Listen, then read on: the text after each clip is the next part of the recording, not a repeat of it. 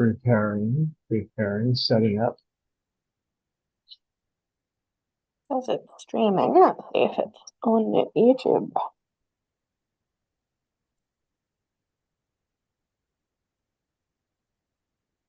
There we There are. we go.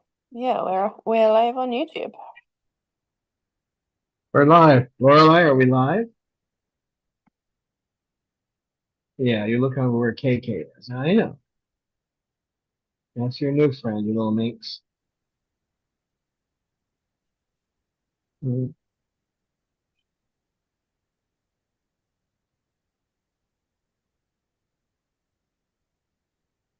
We have an exciting crew here. Lucy, a sleeping snowball, a sleeping jazz, and a relaxing sugar, and a relaxing KK.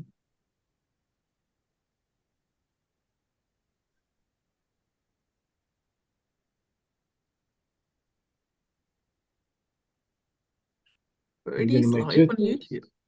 YouTube. Cuddly birdies. You gonna make toothpicks, are you? Hmm? You are?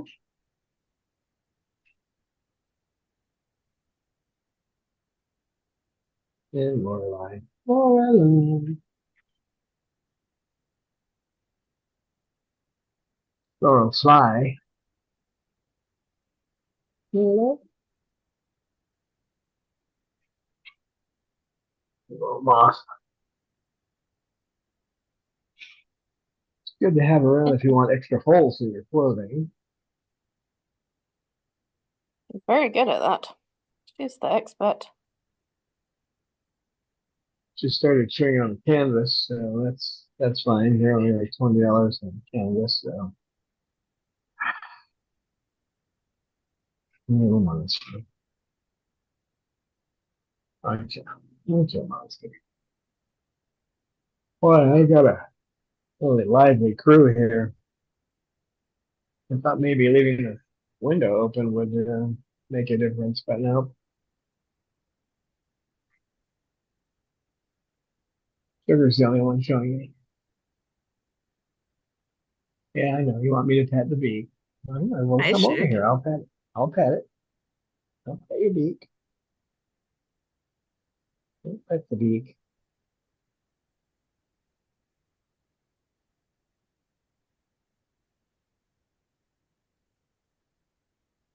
Actually, Sugar is pretty good at scan and capture. She sits there and looks at me, and when she catches me looking at her, literally she catches me looking at her, she gives me that little look and like, "Will you pet my beak?" So she does scan and capture pretty well, don't you, girl? Don't you, girl?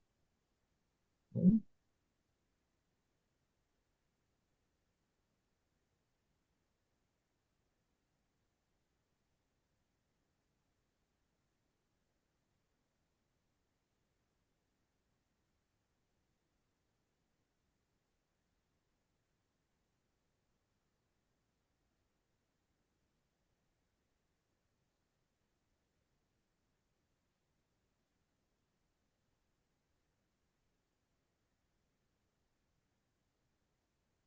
Nor a fly.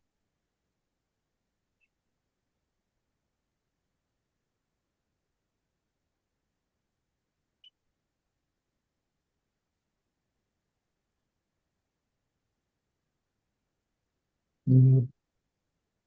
Hey, big girl.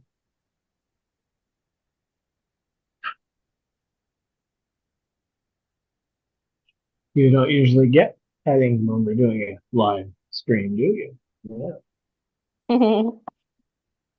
That's Got it fun for a today. shug. Do a little scan and capture, and so I'd be willing to do it. Mm. Nobody else is Sugar is doing like, anything. let me teach the viewers how it works. Yeah. Well, she did it well.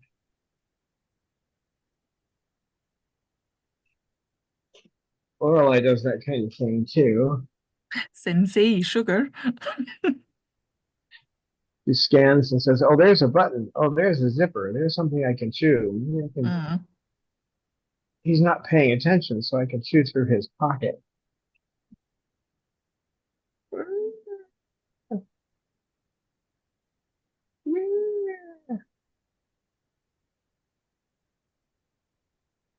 Yeah,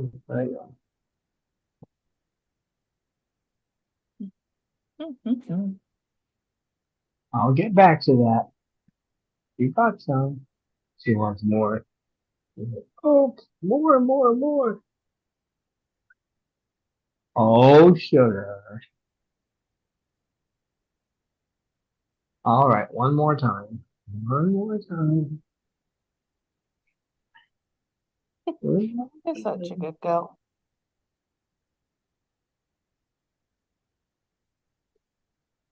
She seems to be on a roll, though. She wants me to just keep doing this for hours on end. And I can't do that. I'll get you a little more later. Okay? No, I don't think that's going to be okay.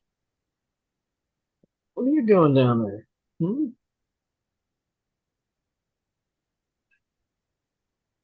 You just being a KK bird? Lorelei? Not eating the clothing? Lorelei? No, I So let's wasn't. greet some viewers. So the first here is Jocelyn Trickle. Welcome and feel better soon, Jocelyn. Uh, Jocelyn has still trouble with her ribs, and yeah, I really hope you feel better soon. Yeah, hi, Oh, Jocelyn. Hope you feel better. Mm. Then we have Falcon Sue here. Hi, Falcon Sue. And Hello. Rosebud Atkins joined us. So hello and Hello. welcome, everybody. hey. Hey, guys. You want to say hello? Or you're Oh, just you going to know move your you can bit? say it, Kiki. He's a chatterbox, usually. Yes. Yeah, Jocelyn writes that Cinnamon is not happy about her condition. I understand birds want you to feel better. And she cannot take him outside, which is also a reason. Did we ever find out if Cinnamon is a him or a her? Because I think that Jocelyn is writing now, always she, so I guess it's now for certain that Cinnamon is a girl. ah, sometimes it's hard to tell. Well, That's the thing they with were birds. the place that she got the bird from told her they had the bird DNA sex, but I wouldn't believe that just on general terms because they don't charge that much for cockatiels. And if you're going to tell me they're going to get a $20 certificate on a bird and have it checked out by the veterinarian, I find that hard to believe. But I would ask for the certificate. If they tell you, well, this bird's male, this bird's female, say, oh, great. Where's the certificate? And if they don't have that, well, there you go. Don't Or believe just it. get a new test done if they're only $20. Yeah, if you do it by mail, it's only $20. You can either send in a feather or a drop of blood. Basically, is all there is to it. The blood's better. There are several different companies, though. I can't remember who there's a couple of them that are reputable. The other ones are, what are you doing over there, Snowball? I just wondered, he's getting around. Hi, Snowball. Hi, boy. Busy. I see in the strange floor creatures again. Yeah. They sometimes appear in the room and only the birds can see it. Don cannot.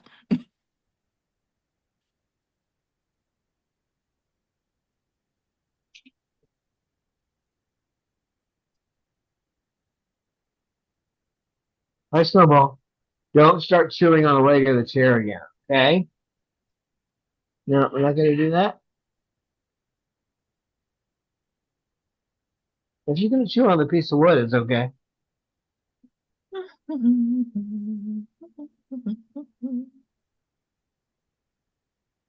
Snowball. Hi, sugar. Yeah, I can't pet you all the time when we're on live, and you know that. You don't know that we're live, but you know that I'm holding the camera this way. What you doing, Snowball? Oh, looking at Lorelei? Yeah. Gonna watch out for that minx. What are you doing over there? Are you chilling my clothes too? Huh? This is the problem with umbrellas. They get attached, sort of. Surgically attached. Well, one vet said they would, if given the opportunity, they would let you sew them under your skin.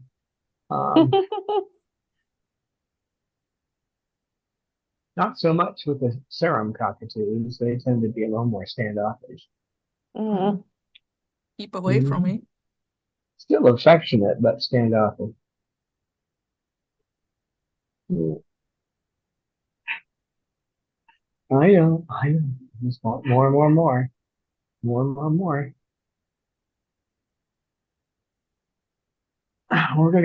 Today we're gonna go deeper into the subject of scan and capture, which we actually had one training us right now. This one is she's been scanning my behavior and seeing if she can capture the behavior of beak petting. That's what she wants.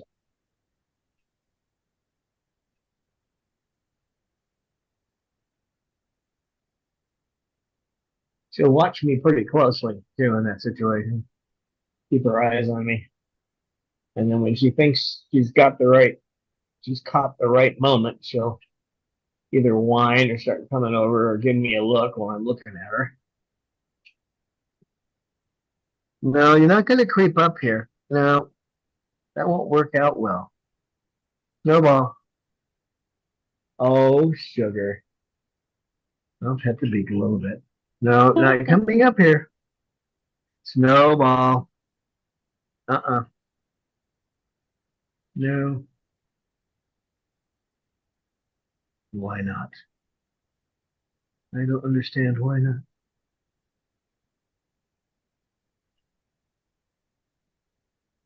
Well, if you stay right there, you'll be good, but I don't think you'll stay right there. I kind of know you. I think I know the Snowball.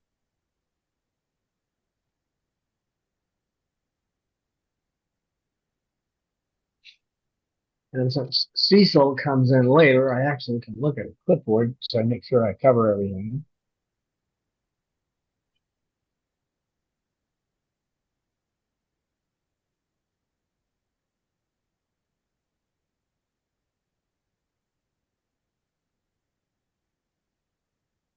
Well, the most essential part of training is scan and capture, which basically means observing the bird and observing the environment.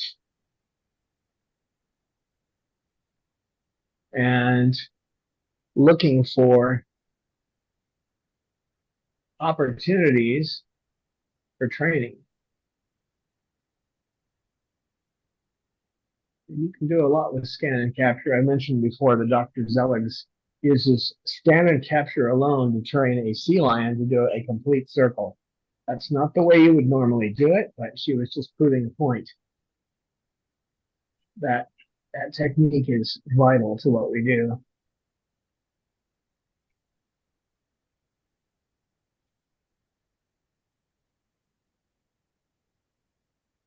So observation is the key. Patience is another thing. You have to look for the right time to do something. For example, if you're trying to teach them to talk, patience is important because in order to get them to talk, they normally need to be either highly focused on you or vocalizing.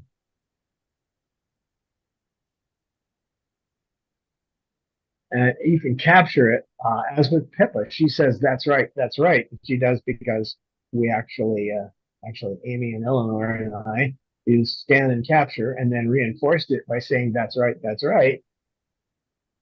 And now she says it. That's right, that's right, that's right. Yep.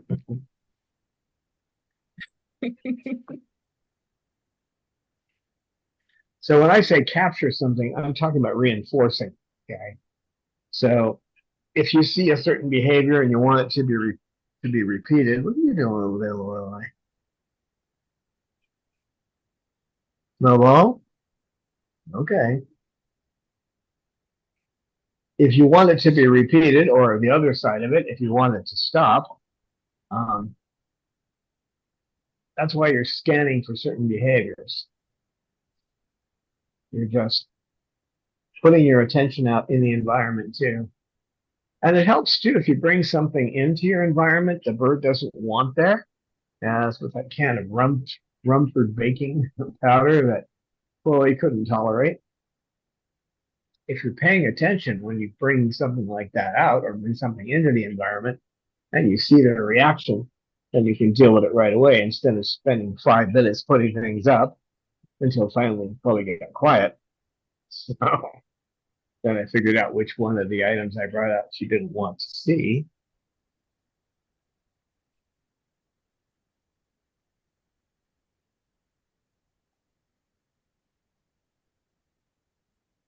So if you try to take, for example, if you're trying to teach a bird not to scream, so it has a tendency to scream when you leave the room.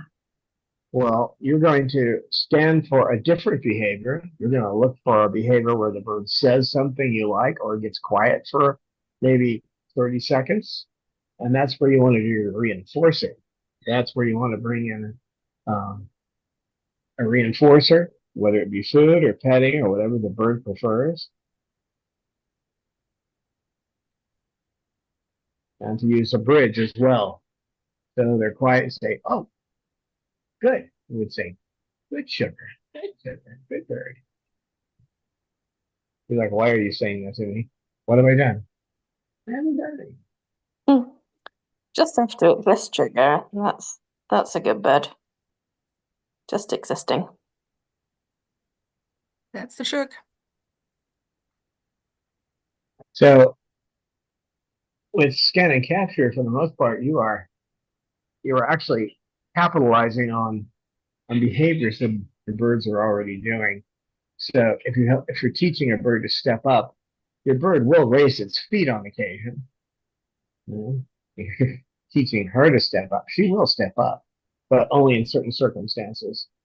Because right now, if I asked her to step up, she'd think I wanted her to sit on me or something like that, but she prefers not to do. So I could make her do it. If I really push the issue and say step up and put my hand out, it she'll do it. But then she'll want to go back to the perch if she thinks I'm going to do something other than take her to her cage. Right? I could expand that behavior, but there's no reason to at this point. She will get up when I tell her, when I ask her to, when I cue the behavior. But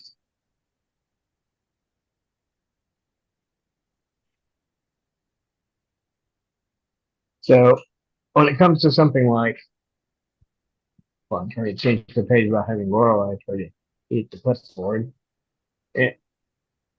Lorelai, now don't eat my pocket.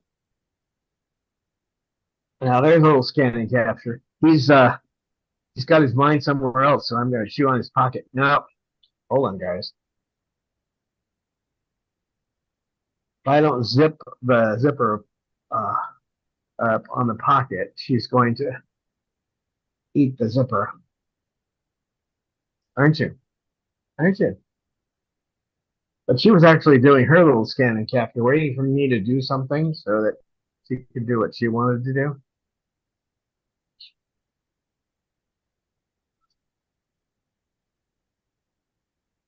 Now, the other thing is if you're capturing a behavior like a lifting of a foot or the lifting of a wing, or, I mean, there's a whole bunch of different behaviors they do. You're capturing a natural behavior, something they normally do. So it reinforces normal behavior, which is a good thing. Right? Right.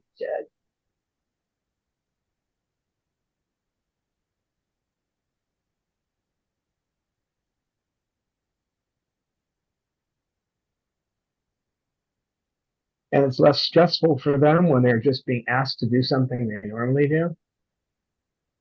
Whereas the first thing you want to teach is targeting, which is to follow your hand. That's the first thing you want, because everything is based on that. Unless you want the bird to sit there like a statue, you need to get them to move around. So, right, Chili? Okay, I have to stop petting your feet because I can't just keep doing it. Oh, I can't just keep doing it. I know, I know, I know. I'm being mean and evil. I know.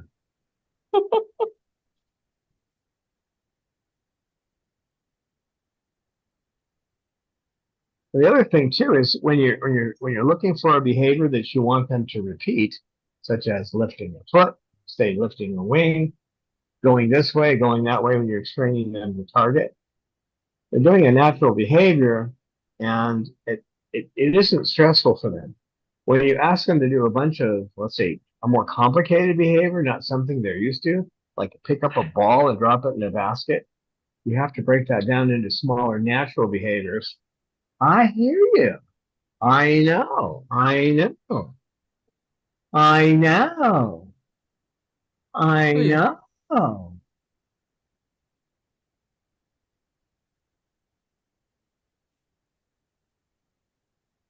I know. Stealing that from John Cleese and Faulty Towers. I know.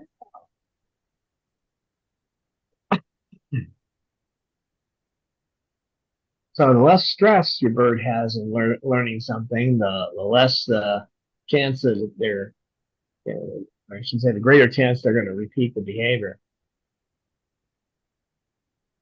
Which is another reason why standing for a bird making a sound or being quiet when you're trying to train them not to scream, which is usually just out of boredom. They want their mate back or their human companion, so they get bored and then they scream. Can be for other reasons, but that's one of the main ones. If you reinforce the behaviors they do naturally that are positive, then they'll slide into those behaviors.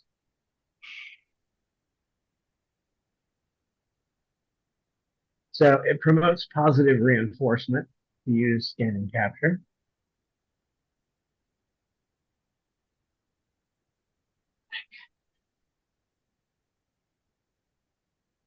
But before you can use scan and capture, you have to have a basic idea of the natural behaviors of whatever animal you're working with. So if you were somebody who had just adopted an umbrella cockatoo and had only maybe read one book on the subject, you probably wouldn't. You've got a lot of learning to do about behavior in general,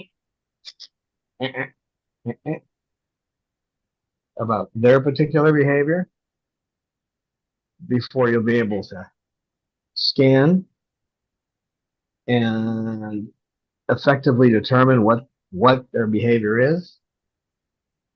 This is kind of an intermediate behavior here, halfway between where she ultimately wants to be, which is over preening KK. And hey, let's not eat the chair. Snowball.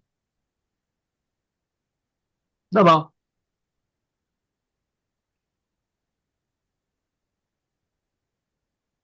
Ah, no, we're not eating the chair. No.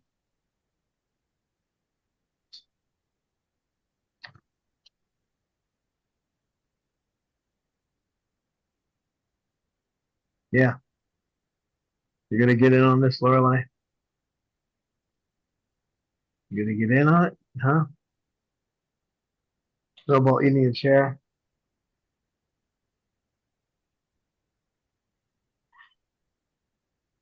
So all the time you spend observing the things, different things that they do. Well, yes, all right, you can eat that one. I don't care.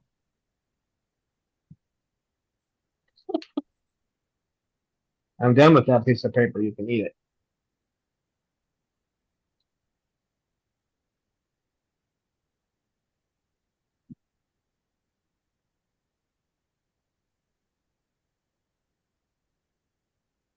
You can eat the edges of it. I don't want you eating the toner though. Ah.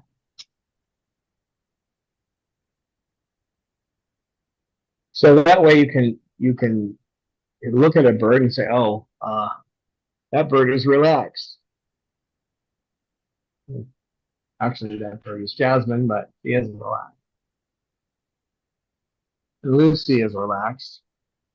You learn to recognize the feather positions when they're relaxed. Like with Jasmine, the feathers over the beak,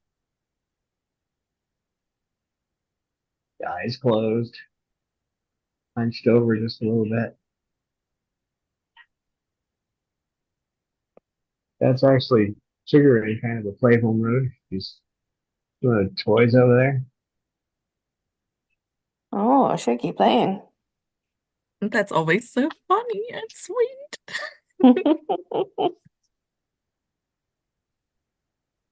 See?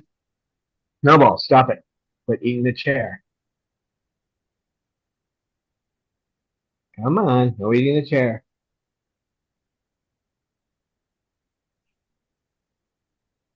Hard wood, but it's not hard enough.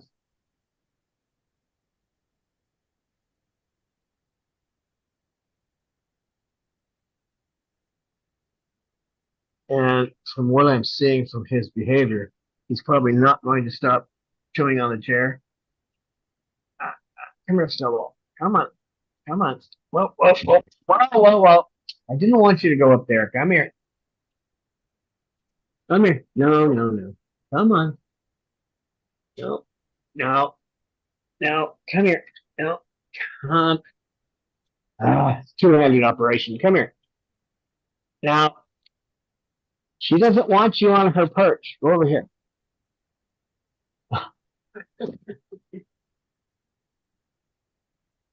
That was your alternate choice. Be up there with her, right? Okay. Thing is, I was capturing a behavior of him chewing on the chair and giving him attention for it. And that was a reinforcer, so I had to get him out of there. Otherwise, I was playing into his own game, which was to watch me for when I wasn't paying attention and chew on the chair to get my attention back. Right? So all this you learn by observing the birds, right? Watching them as they play and when they interact with you. It does take time, and every bird is different, so you can't generalize most behaviors. I mean, there are some things that you can, but nesting behavior, where they chew things and start kicking. I mean, that's pretty common among them, but they have a lot of different behaviors. So the more you observe how they behave, where they behave, because they behave differently in different environments. They'll behave one way in a cage. For example, Bob doesn't behave well in here at all if there's other birds in the room, but he behaves fine in the aviary.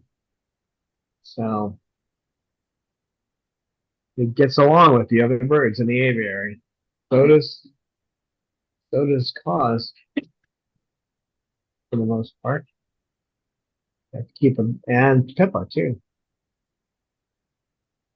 But in here, it's a different situation. Right, Snowball?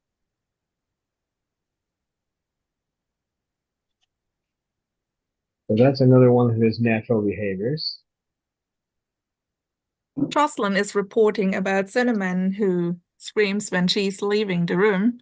When she goes to the restroom or in her bedroom to stay there, Cinnamon starts screaming. Well, the first thing you have to be able to isolate the problem so you know when it is. And it's possible, well, there are lots of ways to deal with it, but the main thing is not to, You don't want to acknowledge it. That's called extinction. Okay, you ignore it, but you can't just ignore it. You have to find something else they do that you prefer you prefer that behavior over the screaming. So you look for the quiet time, and that's when you give them like a sunflower seed or whatever their favorite treat is that you only use for training.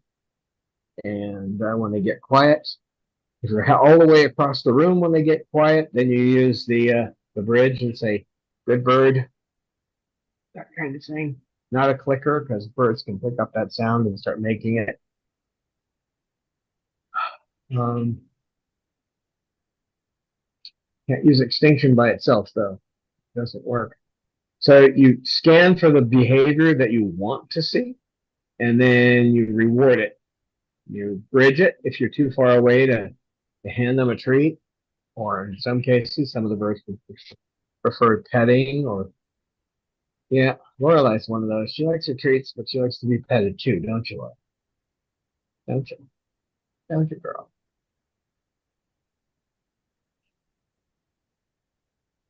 Yeah, the screaming thing, the worst thing you can do is acknowledge it. You know, some people will yell at the bird, and that's the worst thing you can do because in their world, that's an acknowledgement. It's like that's a positive reinforcement in most birds. So wait till they get quiet. And if you're out of the room and they keep screaming, if you can stay out of the room until they stop, and then come in, and say "good bird" and give them a treat when they're quiet. That the amount of time you have to be out of the room before they stop screaming will gradually lessen, or it might stop altogether. They might get quiet. The thing is, if you're doing it that way and they get quiet and you don't come in and don't thank, and don't reward them for it, you're probably going to get yourself back in the same boat again. So you can slow your entrance so they get quiet. You wait 10 seconds, you come in, then you make it 15, then you make it 20. Slowly bridge the gap until the time is a couple of minutes where they don't have a problem, and then that situation should fade. You will eventually have a resurgence. The behavior will come back and just use the same techniques again.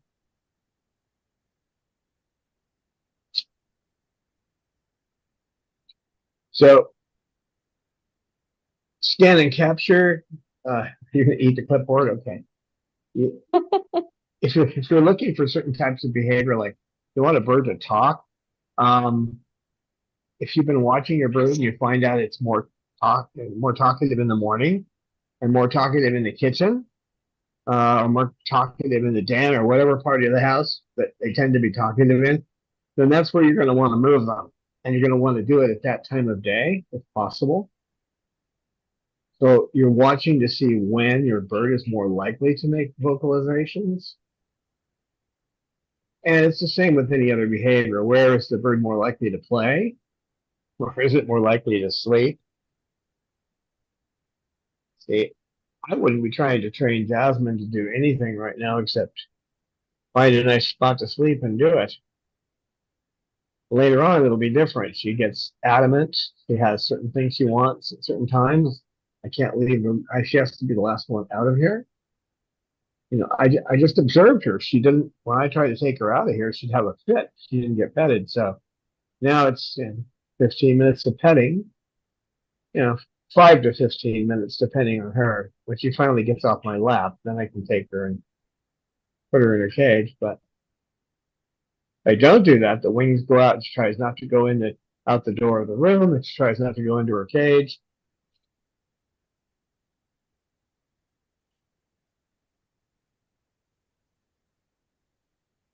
So environment is important. If you're trying to capture a calm behavior, you want a calm environment. If you're trying to get them to act a certain way when things are noisy and crazy, then you want to do that in that environment. So environment's important. There are people who try to teach a bird to step up when everything around them is going crazy, You got the TV on, you got distractions there, you got kids running around, you got whatever, but there's a whole bunch of distractions. It's going to be hard to teach a bird to do something like step up. So environment is important.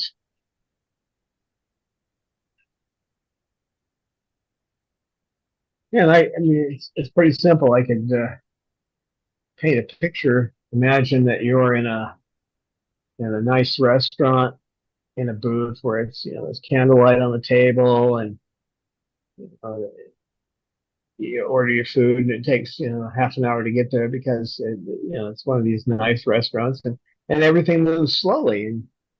And you go to a street vendor to buy a hot dog, it's a totally different experience. Especially if you're, like the Dalai Lama, and you walk up and say, well, make me one with everything. Mm.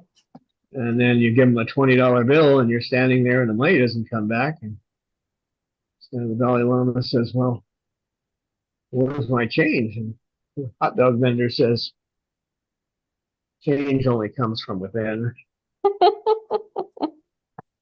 But I understand he likes that joke too. But but it's that kind of thing. If you're at the fair and you're getting something from a hot dog vendor, it's quite a different situation from sitting in a booth in a restaurant. So, but it's that way for them too. I mean, when I bring her in here, when I bring Sugar in here, she has certain behaviors she does. She sits on here, she plays with toys, tries to get snowballs between her to some degree, tries to get me to rub her beak. But I mean, some behaviors, if I were to put Snowball in her cage, I would not get the behavior of her trying to get Snowball to preen her. That would not happen. It would be getting Snowball out of my cage. Right. So different environments. You got to think about that. That's important. So set them up. Set them up to win, right?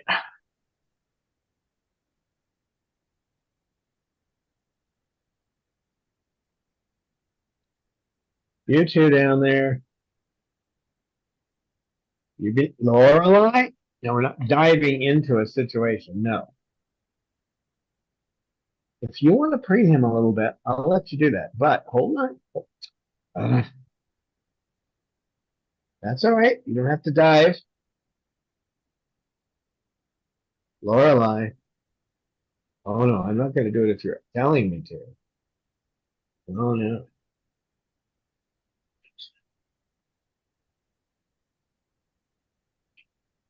You can go preen him a little bit. That's the thing is that when Daddy has a clipboard with papers on it, that's target number one. Yeah. It's impossible with Cecil in here. He won't let me do it. So if you're trying, let's say you're trying to capture calm behavior, like I've got right now with Lorelei, the best situation is to put her in a calm environment and wait until she acts calm. And when she starts being calm, then you start, oh, good girl, and give her a little treat. So she learns that being calm is something she gets rewarded for. That's what you would do with a bird that's a triton that's constantly moving like Bob, right?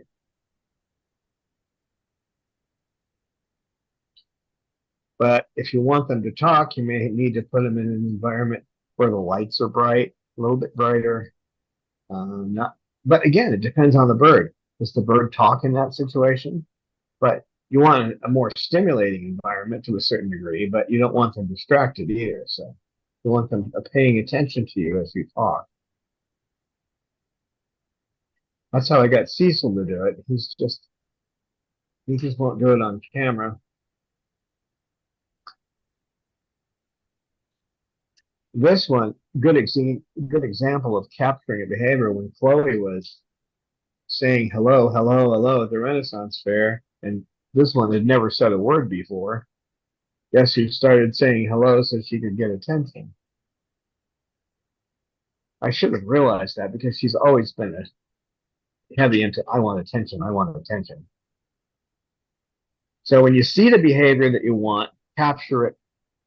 If you have a bird that says You want it to say hello, and it says hello. It starts to try to say hello. Then you praise them, give them a pat on the head, say good bird, give them a little reinforcer. They're like sunflower seed or a piece of cashew or something, and then just keep working with it until they start to show they're bored or stressed. They start to show that, get them to do a couple things they like to do, like step up if you've already taught that, and just stop for the time being. Don't push it.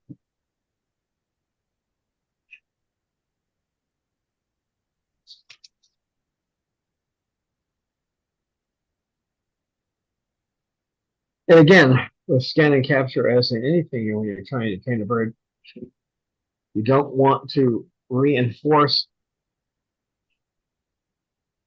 either before the behavior or after it. So, as with step up, if you have them step on up on your hand and you give them a treat and say "good bird," you are rewarding them for being on your hand. It's the act of stepping up. As they're coming up, putting their last foot down, that's when you do it. Because you want them to know it's the movement onto your hand that you're rewarding. And I think if there's one thing people do wrong when it comes to training, it's timing.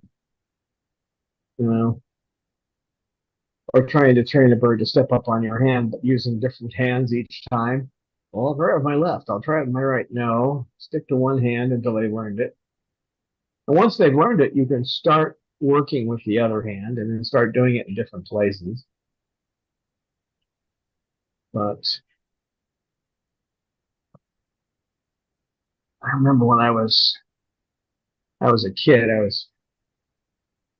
think I was 17 and I was involved in Scientology, but there was something I was reading in one of the books about this little fish that swims into a shallow area, and where the water is warm.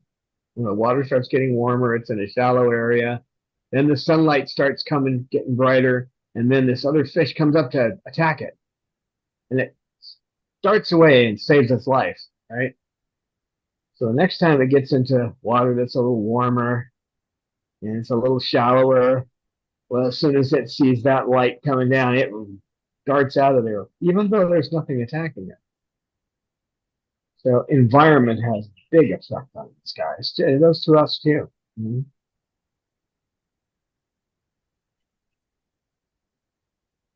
Oh, she was all hot and wanting to get over and bring him. But as soon as I just put her down there to do it, nope. Not even interested. So contrary. It's always been that way. And she was just a little girl. Well, maybe not the first couple of weeks I had her. But Once her real personality came out. Because they're on their best behavior for the first few weeks. yeah, it's kind of like the movie Starman, where the alien who's in Jeff Bridges' body at that point is driving this car and he says, "I've watched you, I know how to drive." So there's a yellow light ahead, and he stomps on the gas and he goes through the intersection, and this big truck flips over and hay flies everywhere. And she looks at him and says, "I thought you knew how to drive." He says, "I do." "I watched you, you know. Red, stop, green, go, and yellow, go very, very fast."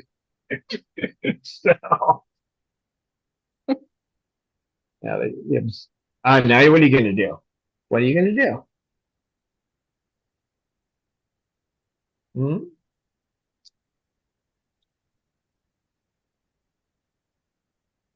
So when you're training something, let's say you're training a bird to wave,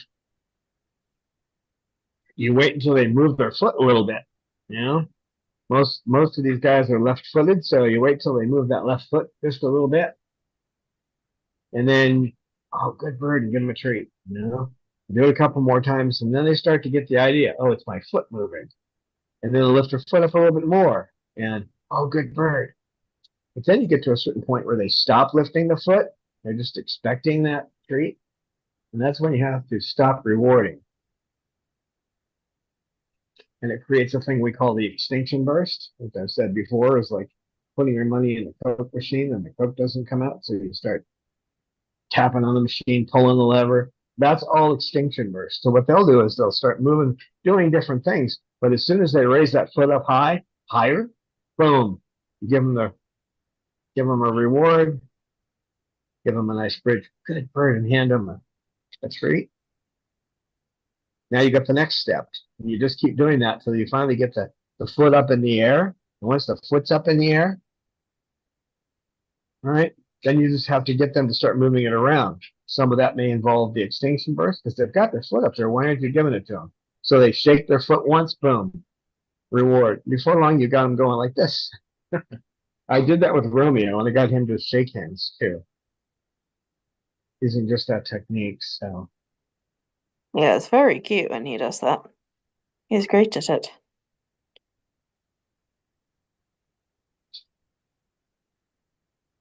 yeah, my notes say successive approximations. So in other words, you think of what the intermediate steps are going to be from getting the foot just to come up a little bit all the way to waving. You figure out what each of those steps to be.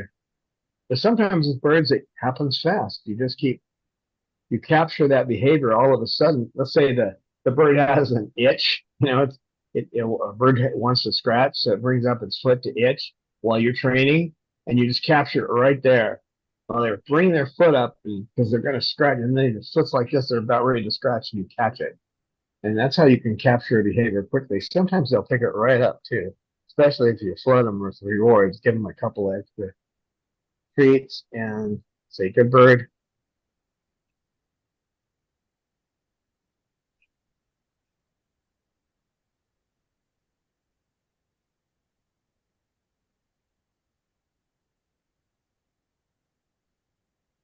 And with cockatoos too, you're trying to encourage independent play. Less of this sitting on you and more in playing. Lorelei, she does that. She doesn't just sit on me, but I had to work with her so she would play with toys instead of just sitting on me. So a lot of that is providing a whole bunch of different toys. Easier here because if one bird doesn't like a toy, I can find one that does.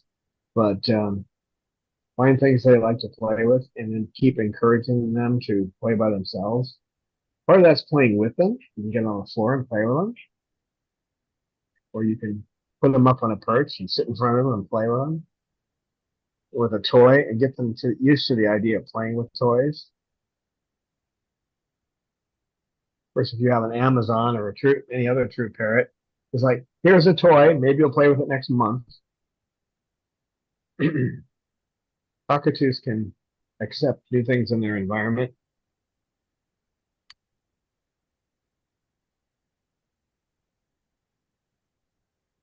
I don't know why you put that there, but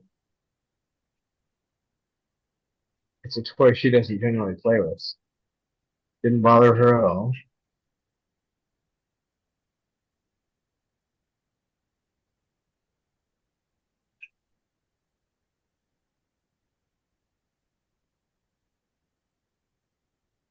It's so cute just sitting there with you looking at the clipboard.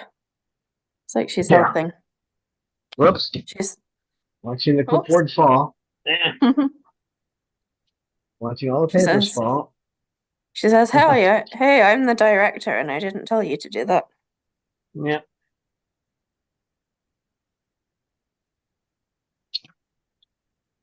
Yeah, this is the last little section.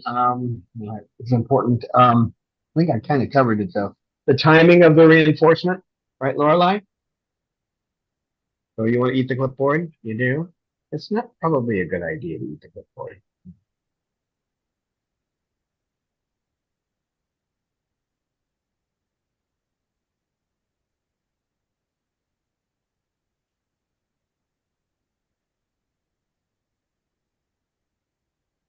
In the old days, in ancient history, when you were working as a slave for a company, an employee, they would hand you your paycheck on Friday and make a point of coming out and handing it to you. So you associate getting paid with your work. It's the same way with these guys. You want to hand it to you want to hand them their reward at the moment, the exact moment that they're doing what you want. That's one of the pitfalls. Most people get that wrong. I've actually seen a couple of videos of professional people getting it wrong, but they still make it work out because they've been doing it for so long. But timing is important. So you might practice getting the timing right. As with step up, if you reward them from sitting on your hand, that's what you're rewarding them for. Another problem is that what you may want, that this is true of trying to teach speech too. If you're trying to teach them to talk, they don't not always do it on a consistent basis. They may start like right now. KK usually chatters a lot. He's quiet today. So this would not be a good time to try to train him to talk because he's not making sounds. So the solution to that is just to be patient, set up the environment to try to encourage the bird being alert and wanting to talk. Putting on music where someone is singing, not I'm trying to think like some of the old 50s music where you can actually hear what people are saying. Some birds react to televisions, watching a movie or something and pick it out. But usually it's usually being around you and you are talking while you're playing with them, and then they start to vocalize, and that's where you capture it.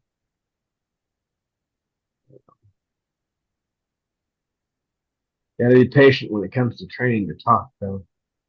And the idea of just putting on a record with hello on it or something, that sometimes it works, but more likely it will work if you're working with the bird.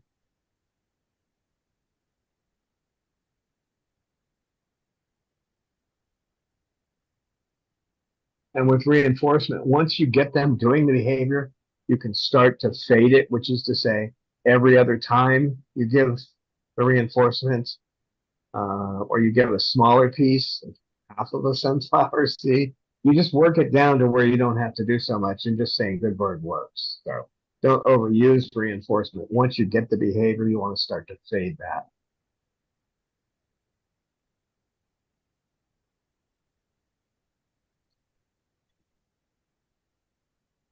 Right, Lorelei? Did I get through most of it? Did I? That's a beautiful crown, Lorelei. That's a pretty girl, Lorelei.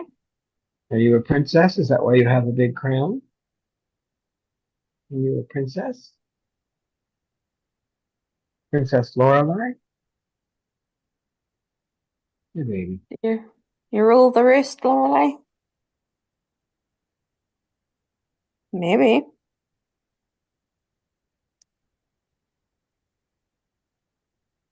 And this, I've not seen this work on too many birds, but the reverse psychology, when I put her over so she was right next to him, he has not gone near him since.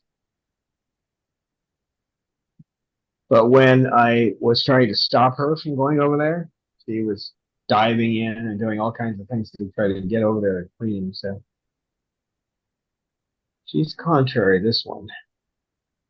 And again, each bird has different behaviors. So one way with Lorelei to get her to stop doing something is to say, oh, here, go do it. It's all yours. You can have it. Nope, not interested now. He's the only bird I've ever seen with that attitude, but I'm sure there are other ones out there like that. Oh, no, Cecil does that too in one way. If you hand him a toy, he will throw it away. He won't take a toy from you. Unless it's a brand new toy right out of the box, he won't take it. So if you hand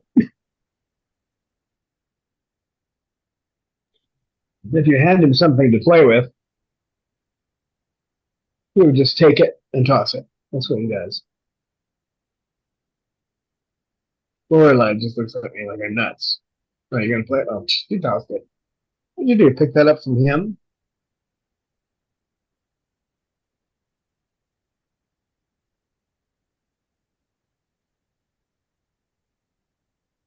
Yeah, okay. Now she's gonna do it. I'm gonna preen him a little bit.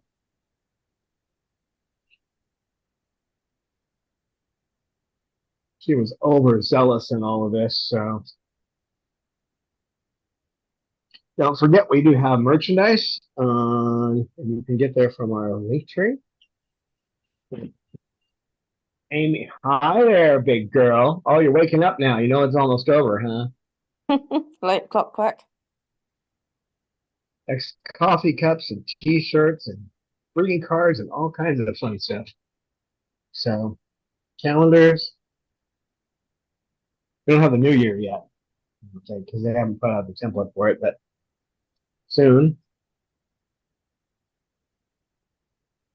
And you can pretty much get to all of our different sources of information and things about us through our website, forwardsanctuary.org. In the old days, the only way you could be an org was to be a nonprofit. Now they let almost anybody choose that, but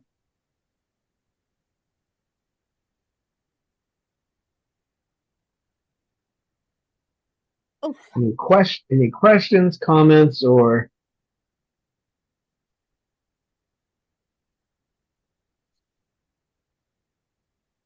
what are you guys doing? Digging Lorelai? a hole. Yeah, I think she's digging it too here. Lorelai, what are you doing?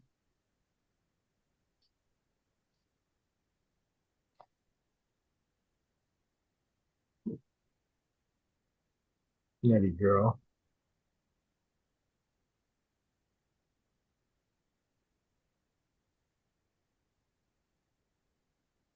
Oh. Thank you, Amy and Eleanor, for your assistance as moderators. And Eyes thank you, and Don, ears. for the stream. Thanks, Birdies Lorelai, for for the being so cute. entertainment. Yeah. I mean.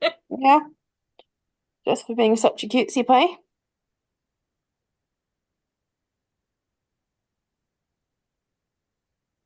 And Sugar for the demonstration of scan and capture. Ah, Yeah. yes. That was a great demo. Snowball was working on that too. If I chew on the chair, then he'll pay attention to me, and maybe I can get up there with Lorelai. By the way, Yeah. is Lorelai now allowed to stick their head into Kay's affairs? Since it looked like on a that. limited basis. Before they would get into a little bit of a row, but now it's okay. Okay. Head to head, anyway. I allow them that. Oh, so much cuties. So thanks for coming, everybody, and have a great rest of the week. Hope to see you again on Monday next week. Yeah. Yeah, we'll see you next week, everyone.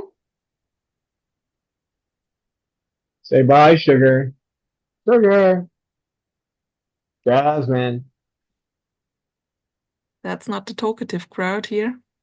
Yeah, No. she's coming. She's awake for a minute.